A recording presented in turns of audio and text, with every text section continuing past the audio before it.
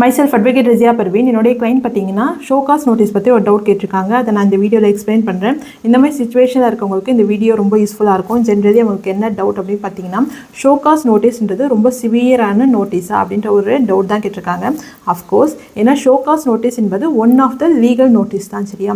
இது யாருக்கெல்லாம் சென்ட் பண்ணி விடுவாங்க அப்படின்னு பார்த்தீங்கன்னா டிபார்ட்மெண்ட்டில் இருக்கவங்க மேலே, எம்ப்ளாயர்ஸ் மேலே, அத்தாரிட்டிஸ் மேலே இந்த ஷோகாஸ் நோட்டீஸ் சென்ட் பண்ணி விடுவாங்க. என்ன ரீசனுக்காக தான் சென்ட் பண்ணி விடுறாங்க அப்படின்னு பார்த்தீங்கன்னா அவங்க ரூல் பிரேக் பண்ணியிருப்பாங்க, இல்லீகல் ஆக்டிவிட்டியில் ஹேண்டில் பண்ணியிருப்பாங்க. இல்லீகல் ஆக்டிவிட்டி ஹேண்டில் பண்ணுறவங்களுக்கு எந்த ஆக்ஷனும் எடுக்காமல் அவங்களுக்கு சப்போர்ட் பண்ணுற மாதிரி சைலண்ட்டாக இருந்திருக்காங்க. அந்த மாதிரி பர்சனுக்கு மேலே தான் இந்த ஷோகாஸ் நோட்டீஸ் சென்ட் பண்ணியிருப்பாங்க. ஏன் நீங்கள் எந்த ரீசனுக்காக அவங்க மேலே ஆக்ஷன் எடுக்கலை அப்படின்ற ஒரு லீகல் நோட்டீஸ் தான் இந்த ஷோகாஸ் நோட்டீஸ், சரியா? நீங்கள் இந்த ஷோகாஸ் நோட்டீஸ் வந்துச்சுன்னா இமீடியட்டாகவே உங்களுடைய ஃபேக்ட் அண்ட் டாக்குமெண்ட்ஸ் வச்சு நீங்கள் ப்ராப்பரான ரிட்டன் ரிப்ளை கொடுங்க. ஏன்னா எக்காரணம் கொண்டும் நீங்கள் இக்னோர் பண்ணாதீங்க இந்த ஷோகாஸ் நோட்டீஸை. ஓகே, என்னுடைய வீடியோ பாருங்கள், ஃபைட் ஃபார் யுவர் ரைட்ஸ். என்னுடைய இன்ஃபர்மேஷன் உங்களுக்கு அவேர்னஸாக இருக்கும்னு நினச்சிங்கன்னா என்னுடைய பேஜை ஃபாலோ பண்ணிக்கோங்க, சப்ஸ்கிரைப் பண்ணுங்கள். நம்ம நெக்ஸ்ட் வீடியோவில் பார்க்கலாம். தேங்க்யூ.